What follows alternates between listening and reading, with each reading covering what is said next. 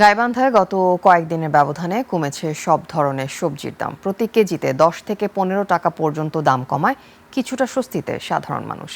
বাজারে কাঁচামরিচ 60, আলু 30, পেঁয়াজ 45, করলা 60, পটল 40, ঢেঁড়স 40 এবং মূলা 40 টাকা কেজি দরে বিক্রি হচ্ছে।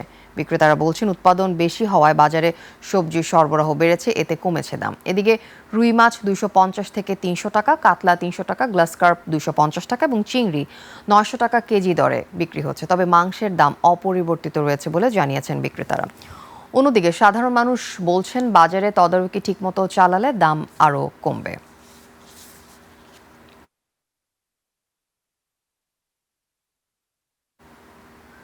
দর্শক, বাজার দরের আরও খবর জানাতে গাইবান্ধা থেকে যুক্ত হচ্ছেন প্রতিনিধি সুবর্ণ মহন্ত মিথুন। মিথুন, আশা করি আপনি আমাকে শুনতে পাচ্ছেন। মিথুন, আপনার এলাকায় আজকের বাজার দর কেমন দেখছেন এবং ক্রেতা বিক্রেতাদের প্রতিক্রিয়া কি আমাদেরকে জানাবেন? জি আফিফা, ধন্যবাদ। আপনি যেমনটি খবরে বলছিলেন, বাজার গাইবান্ধায় কিন্তু তুলনামূলক গত কয়েকদিনের তুলনায় কিন্তু সবজির দাম অনেকটা কমে এসেছে। কমে এসে আলু এখন 30 টাকা কেজি, মরিচ 50 টাকা কেজি দরে বিক্রি হচ্ছে। এছাড়াও করলা 80 টাকা থেকে 60 টাকা কেজি দরে বিক্রি হচ্ছে।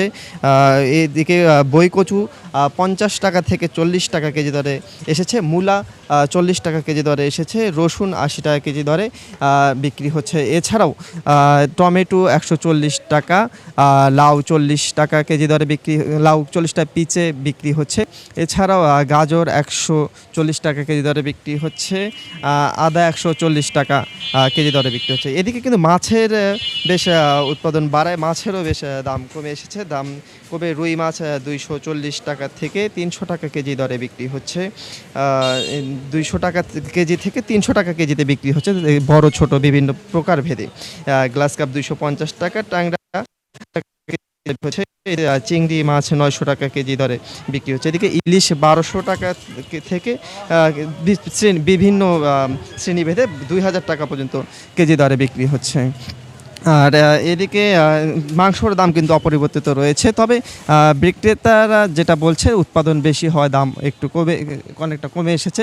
তবে ক্রেতারা যেটি বলছে, তারা দাবি জানিয়েছে এই দামের থেকে আরও একটু দাম কমানো দরকার বলে তারা মনে করছে। এতে বাজার মনিটরিং করলে হয়তো আরও বাজারটা অনেকটা নিয়ন্ত্রণে আসবে বলে তারা মনে করছে, এবং এতে করে তাদের কিন্তু যে সহনীয় পর্যায়ে আসলে তাদের যে দৈনন্দিন নিম্ন আয়ের মানুষ যারা খেটে খাওয়া মানুষ, তাদের জন্য অনেকটা এই বাজার করতে অনেকটা সুবিধা হবে বলে জানিয়েছেন ক্রেতারা। আফিফা, এই ছিল আমার কাছে গাইবান্ধা থেকে বাজার দরের সর্বশেষ সংবাদ। মিথুন, ধন্যবাদ আপনাকে।